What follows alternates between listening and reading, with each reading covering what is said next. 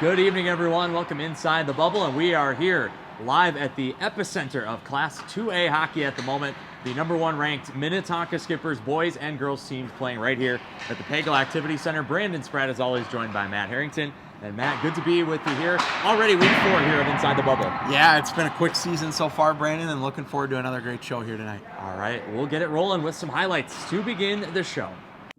All right, we'll get the highlights started here. South St. Paul visiting Dodge County earlier this week, and it is going to be the Packers off to the quick start. Bailey Vesper on the breakaway, beats the goaltender, and South St. Paul 3 minutes in takes the 1-0 lead down in Dodge County. But look out here, a 2-on-1. Nice move to the slot, and it's finished off by Maisie Cook to tie the game at 1 for the Wildcats. Later first period, off the dot. Watch the rebound here. McKenna LaFleur to the front of the net. That's a great hockey name and a great celly, I might add. Dodge County takes a 2-1 lead.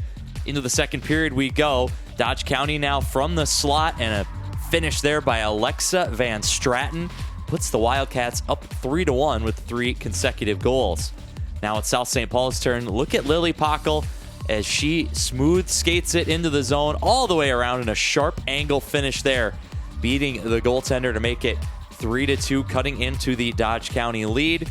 However, Dodge County now on the power play this later in the second period, and the loose change picked up and finished by Zoe Heimer. Dodge County goes up 4-2, and then watch this feed here. Oh, what a great pass as Maisie Cook goes to Nora Karstensen, and the Wildcats finish it off a dominant 7-3 win over the Packers.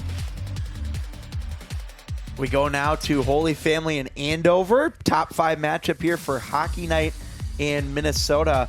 Holy Family had a major power play here, and they get the party started with Lily DeFaw with the goal, and the Fire lead at 1-0. Andover, though, certainly would not go away in this one. This is Mackenzie Jones with a power play goal. There were 2 major penalties in this game, and both teams scoring. Some trouble here for Sander, and at the other end, it's Nora Sauer who converts on the breakaway. That was a big goal to put Andover in front 2-1 in the early stages of period number 2. Into the third period now, Andover looking for more. What a tip in front here from Maya Engler on a beautiful pass. And it's a 3-1 lead for Andover. They would add an empty netter. Big win for the Huskies, 4-1 over Holy Family. Take you out to Plymouth now as Eastview taking on Wayzata. Very nice even matchup of AA squads here.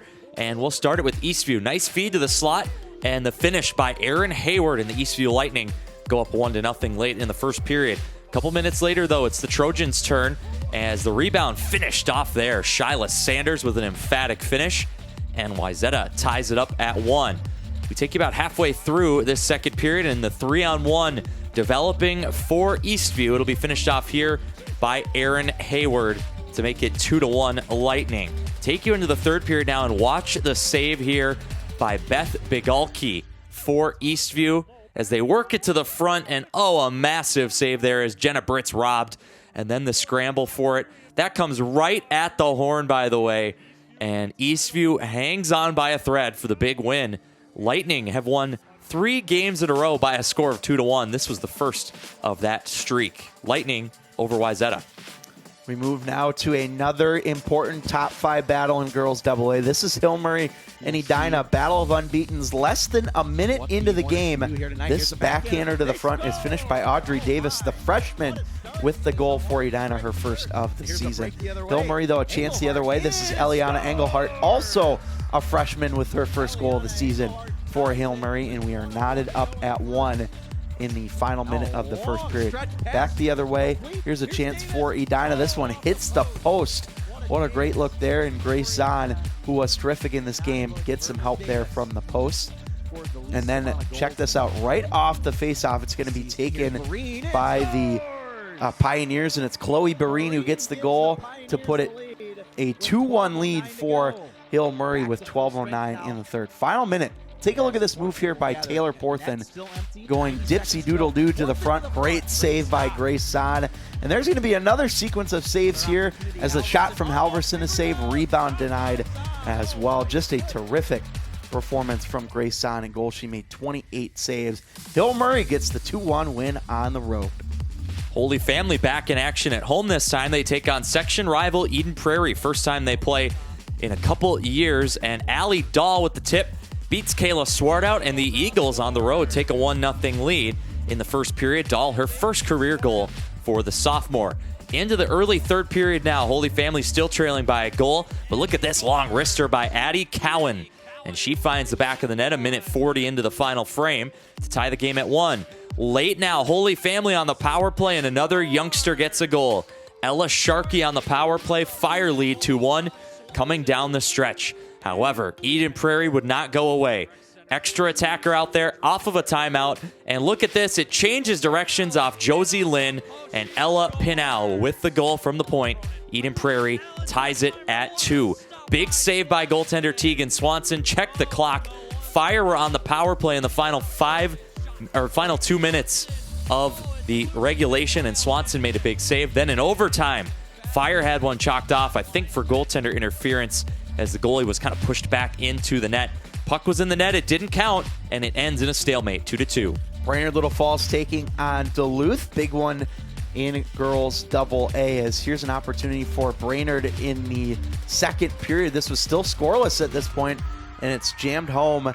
That's a huge goal for the Warriors as they take the lead, and then another opportunity from the point. This time it's Molly Polkamp with the goal, and Brainerd Little Falls goes up 2-0 in this one.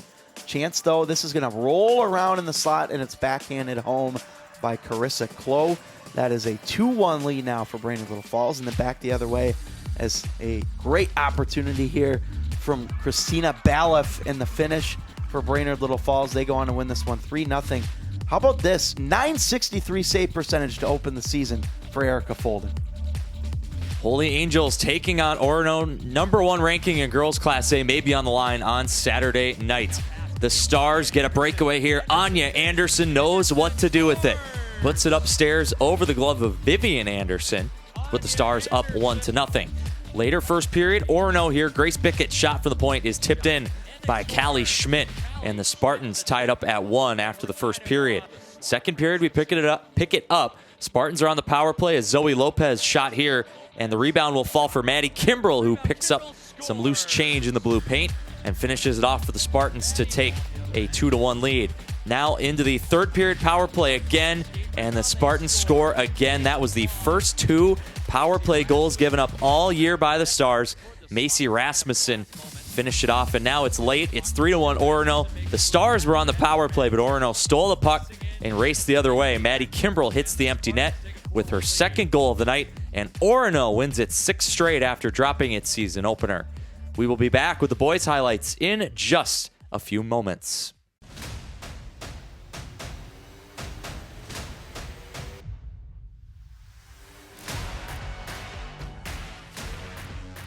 One new place, plus 2 of everything,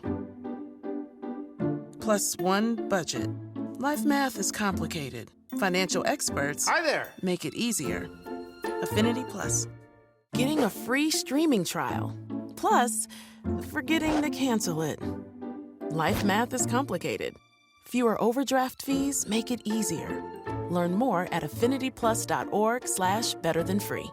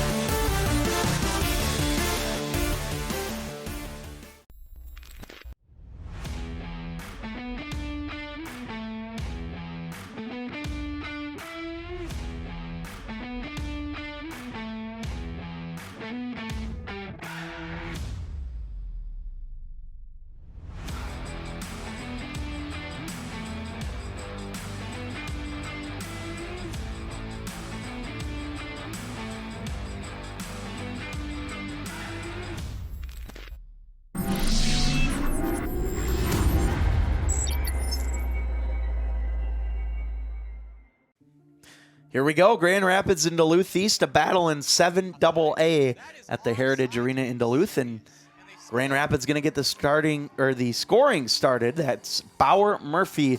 Less than a minute into the hockey game, Grand Rapids leads 1-0. Duluth East, though, would not go away, as this one, about halfway through the second period, put home by Wyatt Peterson. That makes it a 1-1 game. In overtime now, check out this move by Nathan Garski. He's going to juggle the puck a bit here, settles it down, and finishes for the overtime winner. And the Thunderhawks continue their hot start to the season. Game-winning goal from Garski. 2-1 winners for Grand Rapids. Take you to Dakota Ice Center. Centennial taking on Prior Lake. We picked this one up first period, and look at the moves here by Matthew Pavic. And what a finish as well, upstairs over the glove hand of the goaltender. Pavic puts the Lakers up 1-0. Centennial, though, works the puck around here, and that one changed directions out front. Harper Searles gets the goal just about a minute later. Now Centennial trying to take the lead. A centering feed, and what a finish there from Logan Adams. There's some goal scorers' goals in this opening period. And then Centennial still on the attack. Puck's going to fall here for Cooper Hare, who hits the back of the net. Centennial, 3 goals in 3 minutes to take a 3-1 lead. However, the Lakers would fight back. This time it's Braden Pelchi with the goal for Prior Lake to make it 3-2. And then final minute of the second period on the power play, Pavic gets his second. Ties this game up at 3 late in the second period. And that is how it would finish. It finished tied 4-4, 1 goal apiece in the third period. But a tie between the Cougars and the Lakers. Eden Prairie visiting 5th-ranked Hill Murray. Season opener for both of these teams. As we'll pick this one up in the first. A wraparound goal for Adam Thomas. Even strength tally in the Eagles. Very sharp black road jerseys, by the way. They take the 1-0 lead. Final minute now of playing the first period. This one is just going to sneak through on the shot from Mason Moe. Nicely done, and the Eagles looked in control in the first. In the third now, Hill Murray finally gets on the boards. Jackson Reeves with the goal, and it's a big one as they take a 2-1 lead. Eden Prairie, though, certainly would not go away by any means. Another wrister here is going to get through. This looked like it might be the dagger with 6:36 to go and a 3-1 lead. Now under 3:30 to play, Hill Murray down 2. They fight back. Riley Zupfer with the goal, and that's a big one to cut the deficit down to 1. Final 30 seconds of regulation. Another wraparound goal, this time from Jackson Reeves, his second of the game. Hill Murray takes the advantage of it, and it's 3-3 as we go into overtime now. Final 15 seconds. This puck is thrown in front, and Bowden Sampere completes the comeback. The Pioneers get a huge win as they defeat the Eden Prairie Eagles. And how about that comeback? Nicely done by the Pioneers. An emotional home opener for the Academy of Holy Angel Stars. Mason Garcia, their senior captain, on hand for this one. But it was Spring Lake Park looking to spoil the party. On the power play early, Teddy Wackman scores on the 5-on-3 to put the Cougars up 1-0. Now it's still 5-on-3, and another power play goal. Connor Larson, 2-0 after the opening frame for the Stars. However, Holy Angels gets back in the game here as a great backhand feed finished off with the one-timer there by Cole Cheeseman off the feed from Henry Lechner. Pick this one up now a little bit later. Another power play goal. Spring Lake Park, 3 power play goals on the night. This one, Drew Lindquist to restore the 2-goal lead. However, Henry Lechner, the other captain for the Stars, gets them back within 1 once again, and it's 3-2. We pick this one up now late in the third period. Stars still trailing by a goal, and Cole Cheeseman on the power play ties it at 3 for Holy Angels. Into the final minute now for AHA. A scramble, and it's poked home. Charlie Clements with 45 seconds remaining. Stars storm all the way back, celebrating with the fans. 4-3 Holy Angels over Spring Lake Park. Hockey Night Minnesota, another top 5 battle that is, this time in boys Class A. We're at the Morrison Ice Arena in Orono, and Warroad, they were being outshot 15-0 at one point in the first period, but a goal there from Ryan Chagabe makes it 1-0. Orono, though, would fight back. This one is going to sneak through on the shot from Rory Cavernan, a big one for Orono. And then less than 2 minutes later, this is Lachlan Hoffman who gets one to sneak through once again for Orono, and they take a 2-1 lead as we go into the third. But this would be all Orono in the third period, starting with Taven James, 48 seconds into the period. it's a tie game 2-2. And then check this out. The big defenseman, Ryan Lund, is going to take this one all the way to the other end, go top shelf for the finish, and that is a huge goal for Warroad to give them the 3-2 lead. And then just over 2 minutes into the third period, the Warriors extend their lead as Murray Marvin Cordes gets the goal. And then another one, this time from Peyton Sunderland, who had a terrific game, the slap shot in the slot. And then right off the faceoff, that's Wyatt Henham. That is 5 unanswered for Warroad to close it. Orono would get one back, but a 6-3 final as the Warroad Warriors win it.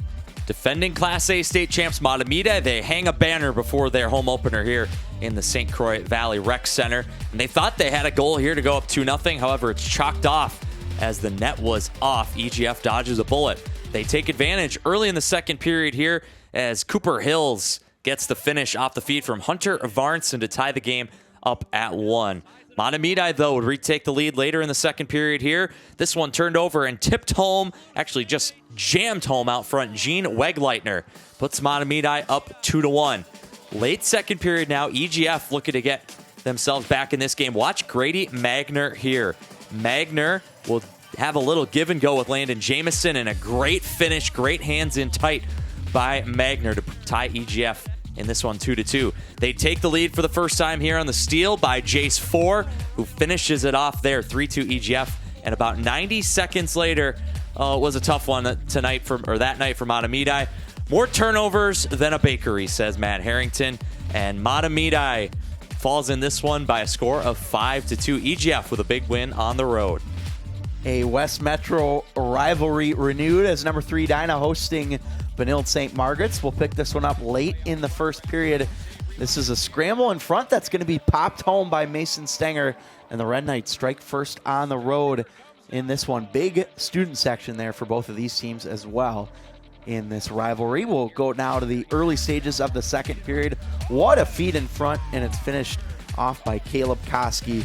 And a huge one for Benilde as they go up 2-0 in the game. Middle stages of the second period now. We go behind the Edina net as Joe Bertram keeping an eye on this one, but it's going to sneak through as Benjamin Norris with the goal, and Benilde up 3-0 on the road. Bit of a surprise to the Hornets faithful, I'm sure, but this one is going to get through on the attempt from Mason West, and Edina gets a goal to make it 3-1. But that's how this one is going to finish. A huge road win for Benilde St. Margaret's, as you'll see the celebration there. A big one. First time since January of 2022 that Benilde beats Edina in the regular season. But a very high-quality win for the Red Knights, making a statement here tonight. Well, it was another fun week of highlights. The action on the ice certainly never ceases to amaze here at the MNHockey.tv. We're going to step aside, and when we come back, we will have the St. Cloud State University Player Spotlight. Stick with us.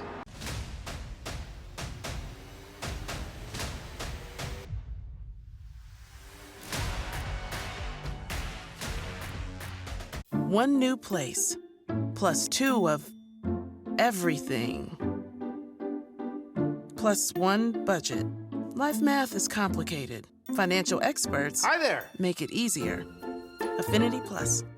Getting a free streaming trial. Plus, forgetting to cancel it. Life math is complicated. Fewer overdraft fees make it easier. Learn more at affinityplus.org/betterthanfree.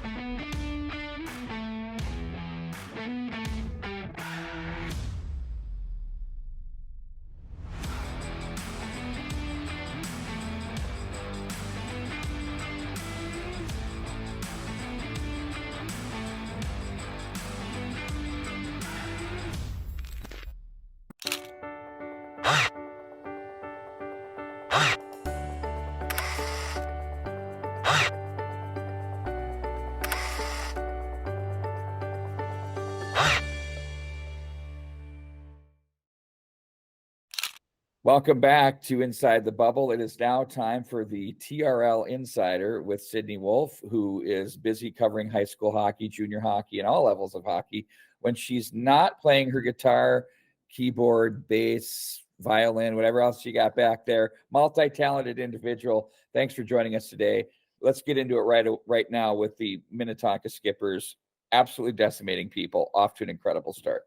Yeah, it's been insane. I didn't know, sometimes you have too many good players and it gets a little, weird sometimes with teams that have so much talent, but they've seemed to have found a way to just steamroll their first couple of games, and it seems like it's not a problem for them early on. They're kind of a super team right now.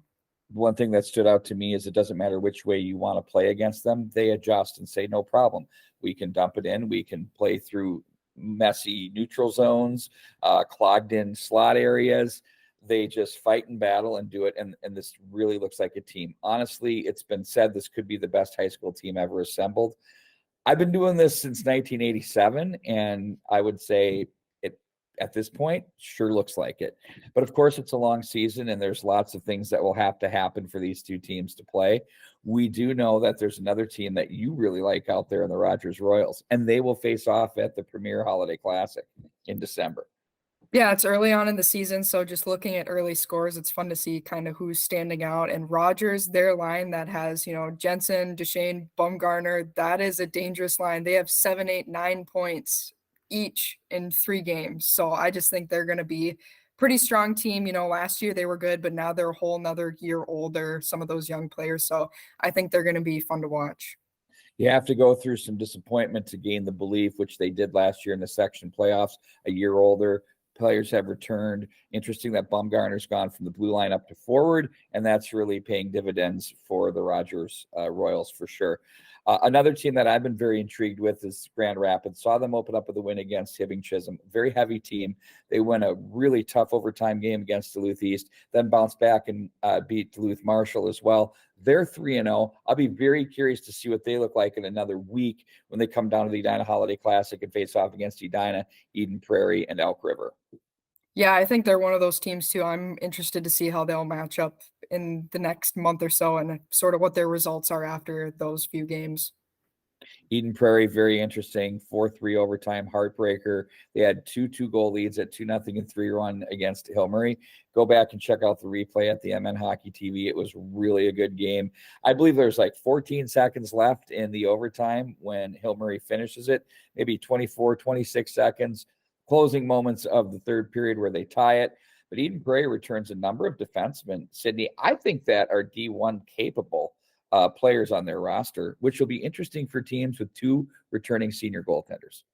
Yeah, I didn't watch that game, but I was looking at the live updates, and it looked like that was a super crazy one, and I'm really interested to see where both of those teams kind of end up this year. EP, I wasn't really sure on what they were going to do this year, but Hill, I know, has a couple of players that I've been kind of high on recently, but I don't know. I think those 2 teams will be interesting to track here over the next few weeks too, and sort of see if they do good or if they have some ups and downs. It'll be interesting to watch. And of course, check out Sydney's work on the Rink Live as she does all of our pregame previews for the upcoming games of the week. We have some really good stuff coming down the pipe. Our goal has been to cover the entire state of Minnesota best we can.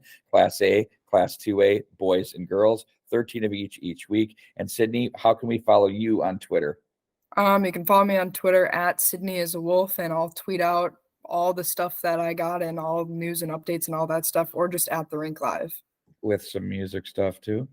Probably. Oh, good. Every now and then, yeah. Some levity. That's what we love. And then, of course, you can follow her at therinklive.com and all of the great work that your team does and all the support that you're giving us and the things that we're doing together. We really appreciate. Always great work. Thanks for joining the show here today. Yeah, of course. Thanks for having me on.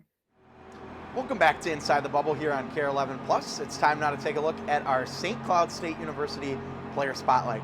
This week's player is, of course, Carson Pilgrim of the Warroad Warriors. He is one of the top senior boys players in the state, and he is looking to try and lead the Warriors to their first state title in quite some time. Let's go out and learn a little bit more about University of North Dakota commit Carson Pilgrim. Oh, special hockey player. I mean, they're sometimes when you can score goals, it's a gift, and I think he definitely has that. And and I think you add that gift with work ethic and love of the game, and you see what you get on the ice. It's a special package. My opinion would be I'm a speed guy. I like to use my speed. On ice awareness, I like to use that a lot as well. My ability to speed and slow the game down, and I'm a playmaker and I like to score goals. So what got me going, I would say, would be my stepdad, Michael Tweet. He taught me how to skate. He's taught me everything I know to this day. And yeah, he's just been with me throughout my life, and just pushing me to keep doing my best. Unfortunately, he's no longer with us, but everything I do from here on out will be for him. Yeah, I mean, it's it's impacted all of us greatly. Michael was a huge part of all of our lives. Our hockey community, our coaching staff. One of my best friends. So it's it was tough. It was really tough, and but I think hockey's a way we can get through it. And knowing Michael, he wouldn't want us to quit. He'd want us to keep going and keep doing that. Everything that we do, he was a big part of that, and the impact he had on everyone will continue to be a part of that. So I think the biggest thing for myself and Carson and everybody on the team that knew Michael was just go out and play hard and live up to what he would want us to do. So I think that's the best way to do it, and I think that'll be part of the healing process for all of us. Oh, yeah, 100%. Every decision I make, everything I do I always think, like, what would he think, or what would he do in this type of situation? So yeah, it definitely plays a big impact on me. Yeah, it's hard to explain sometimes. It's just, I think the culture that we have, the way that we've done things there for a long time. I played there 25 plus years ago, and we did things a certain way, and I think everybody that's been there since then has tried to carry it on. And then obviously since I started coaching, I've been trying to do things the Warroad way, and it's different than everywhere else. We expect to have good hockey teams. We expect to play well. We expect kids to be at the rink a lot, and they just are. It's what we do in Warroad, and it's why it makes it special. One thing I think that's so special in Warroad is just the love and support we get from our community. I bet you there'll be a bunch of people from Warroad here tonight just to come down and watch us.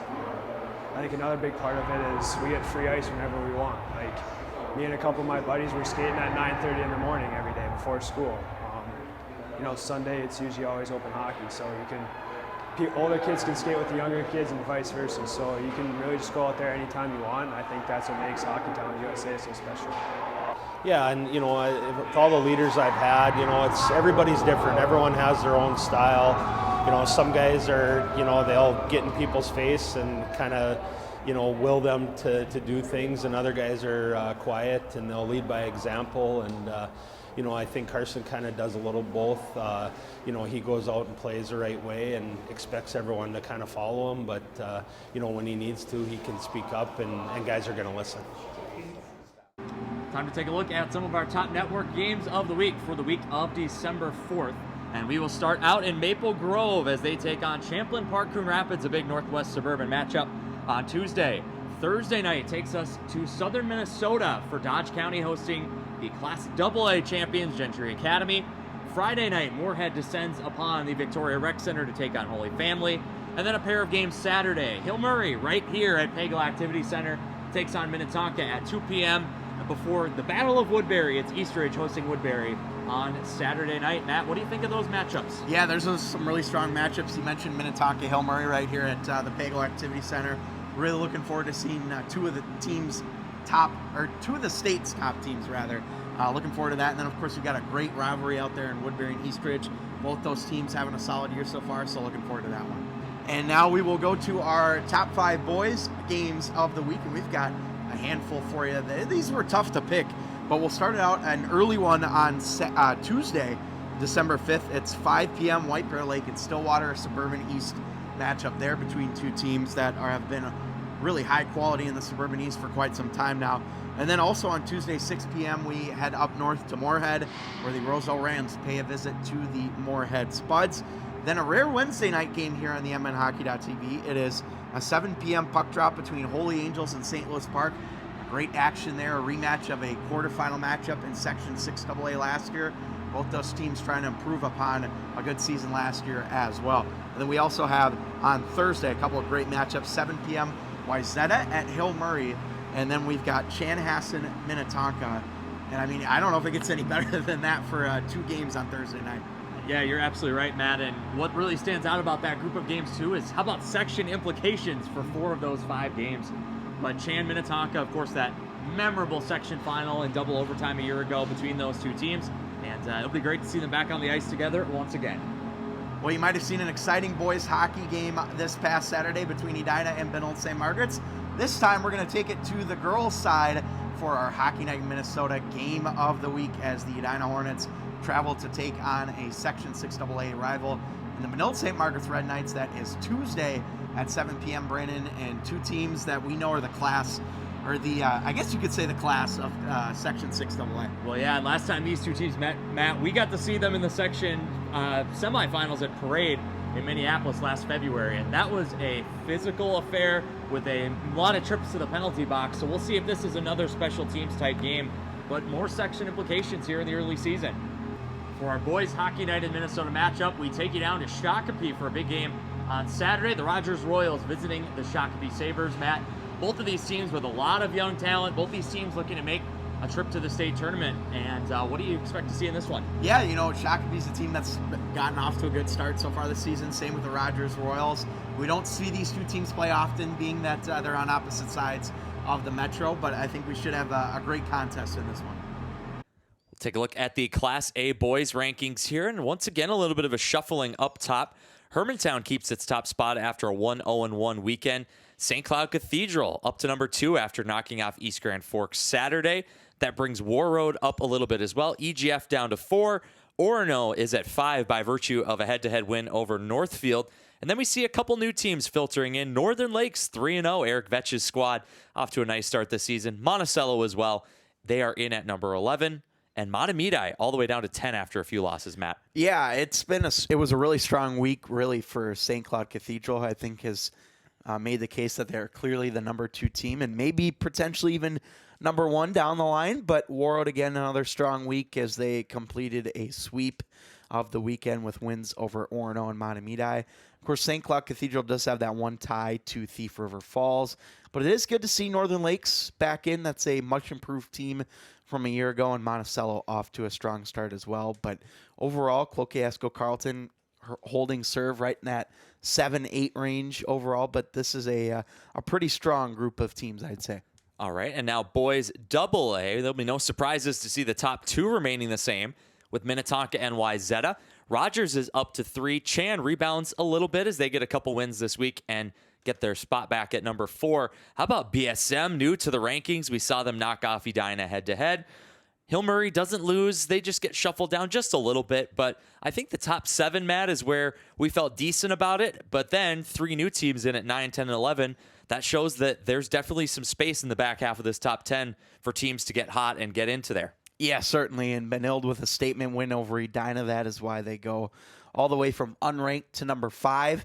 Edina goes down to 6. But yeah, as you mentioned, the top 7 is pretty firm, I would say, right now. But you've got plenty of new teams, including Centennial, who has not lost a game yet. Roseau also unbeaten. Rosemont has looked really good, in my opinion. They did lose 1 game, but it was to Minnetonka. And let's be honest, everybody is probably losing to Tonka at this point. But it's been very impressive to see the start from Rosemont after losing the season opener.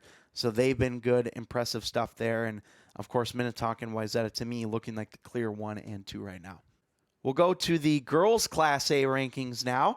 We have a new number 1 this week after a couple weeks at number 1. Holy Angels drops to number 2 after the defeat to Orono. The Spartans have won 6 straight after dropping their season opener to Simley.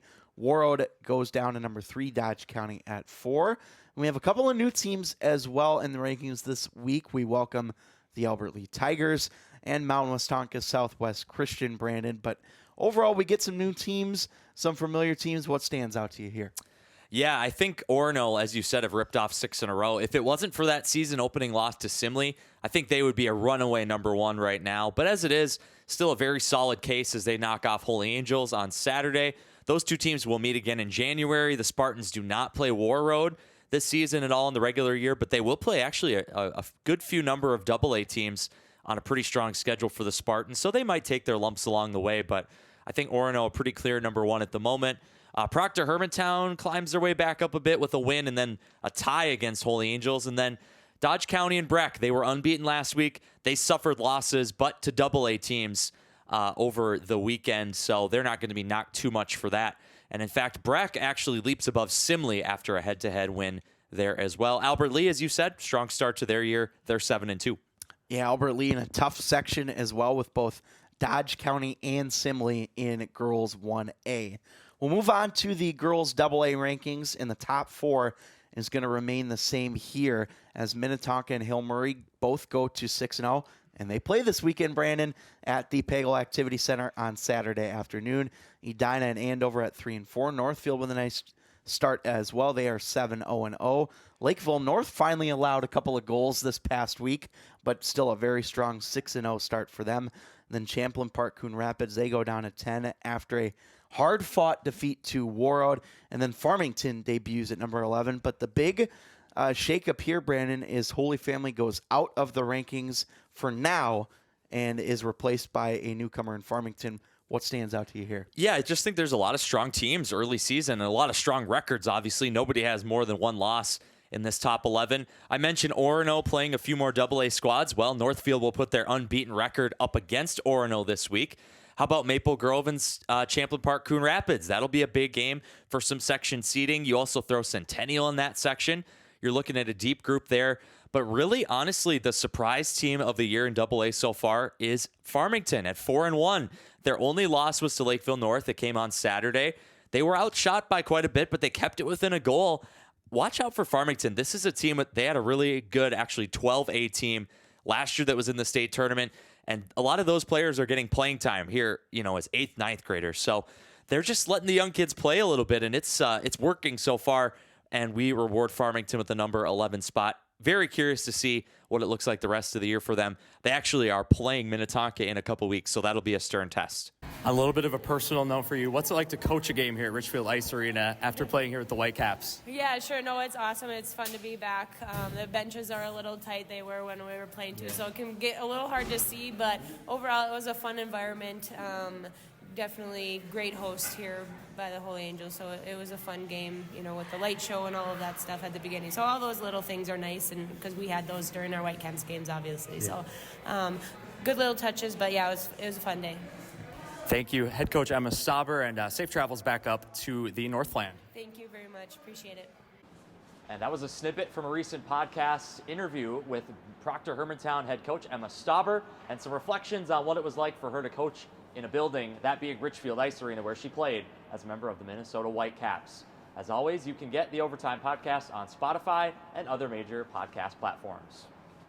For all the latest news in high school hockey, make sure to follow us on our social media channels at MN Hockey TV, on Twitter/X, on Instagram at MN Hockey TV, and of course on Facebook at MN Hockey TV as well. Well, Matt, another great show. Looks like the teams are taking the ice for some practice, so we're going to get out of here. But thank you for joining us for our 4th show, and you'll have to tune in next week to see where we pop up next from an arena near you. For Pete Wagner, our executive producer, Matt Harrington, my co-host, I'm Brandon Spratt. Have a great night, everyone. We'll see you soon.